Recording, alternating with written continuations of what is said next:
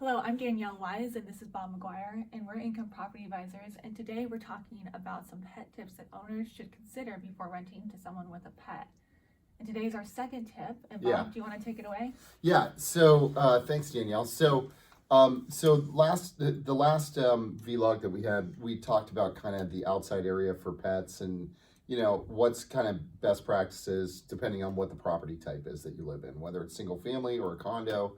So this vlog, we're going to talk about the interior.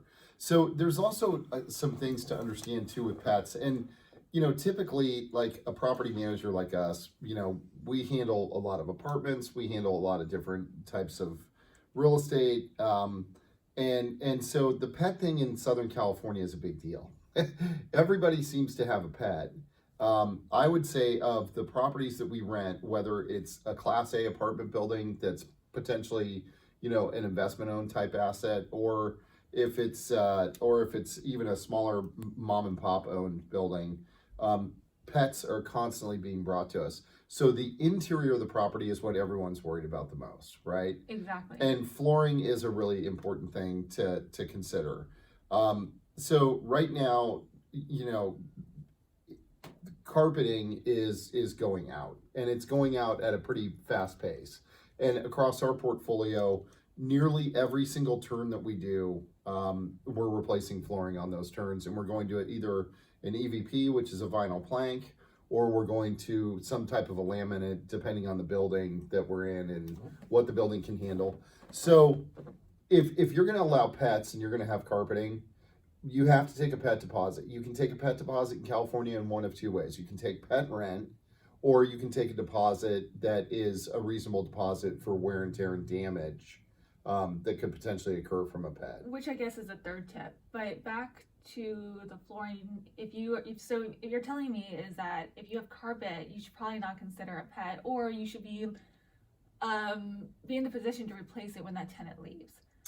Yeah, what flooring does work well in units with pets. So that's what I was gonna say.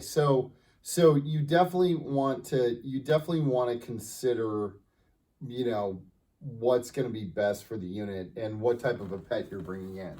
So if you're bringing in a cat or something like that, carpet's not going to be the best, right? Because cats tend to scratch it, and they scratch on that. The EVP and the laminate are by far the best material if you're going to have pets. And luckily, it's pretty common these days. You see a lot of it, and most units, most homes are built with it. Another thing to be careful about is hardwood floors. If you have a unit that has maybe really lovely hardwood floors in it still, or maybe a remodeled unit that you've been able to maintain those floors in, it's probably something you should consider with someone who's renting a pet, because that flooring can be very expensive and sometimes even impossible to replace. Right.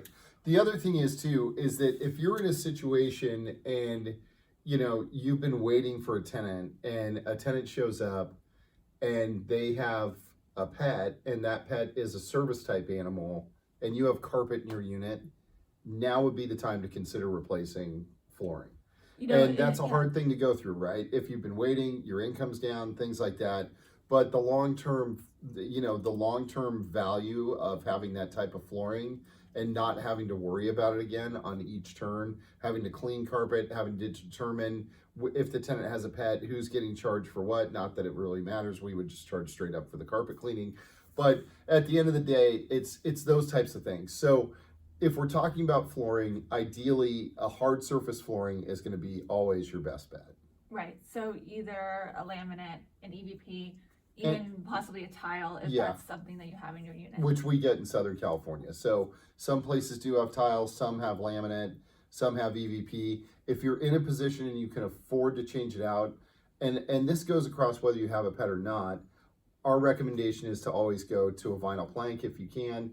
It's very popular, it looks nice, it gives you a uniform floor throughout a unit, it modernizes it, and it's a very long-term solution to solving some of these pet issues that do come up.